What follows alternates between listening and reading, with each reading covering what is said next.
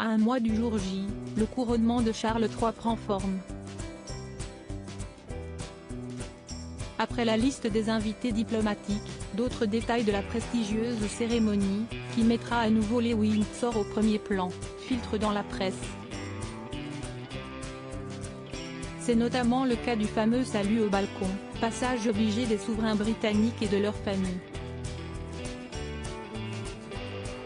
Et, comme d'autres points cruciaux de l'événement, Charles III semble bien décidé à y apporter sa touche personnelle. Selon des informations exclusives du Mirror, le monarque, qui se distingue de ses prédécesseurs en rompant avec certaines traditions, aurait une fois encore exigé d'alléger le protocole, souhaitant n'être entouré que du noyau dur de la famille royale. Mais qui inclut-il dans ce cercle restreint? D'après des sources proches de la firme, relayées par The Mirror, l'heure ne sera pas aux grandes réconciliations. Il est en effet prévu que seuls les membres les plus dévoués et actifs de la couronne puissent paraître à ses côtés. Charles III devrait donc être entouré de son épouse, la reine consort Camilla, de son fils aîné, William, sa femme Kate Middleton et leurs 3 enfants.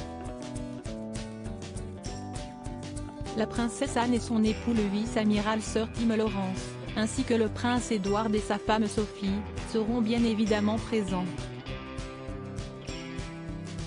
Quant aux princes Andrew et Harry, ceux-ci devraient briller par leur absence. Une décision drastique, que Charles III assume. Le roi a été très clair, il veut représenter la monarchie, explique l'un des informateurs du tabloïd. Il y a peu de place pour les sentiments, c'est une occasion d'État, pas une réunion familiale et il est juste que seuls les membres de la famille qui œuvrent pour la couronne soient là lors de ce grand moment public, ajoutait la même source.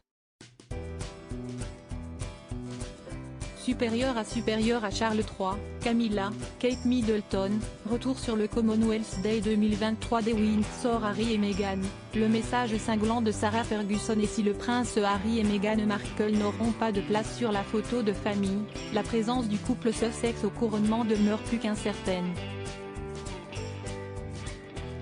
En effet, bien que conviés à la cérémonie de l'abbaye de Westminster, les époux n'ont pas encore répondu à l'invitation du roi. Seront-ils de la partie, au risque de concentrer une fois encore tous les regards sur leurs faits et gestes? Pour Sarah Ferguson, la mère des princesses Béatrice et Eugénie, Meghan et Harry ne peuvent pas tout avoir, on ne peut pas ménager la chèvre et le chou avec un pied dedans, un pied dehors.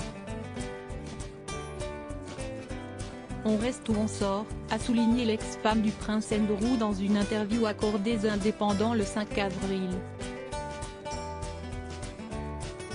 Quel que soit leur choix, le duc et la duchesse ne feront donc pas l'unanimité. Article écrit en collaboration avec 6 médias.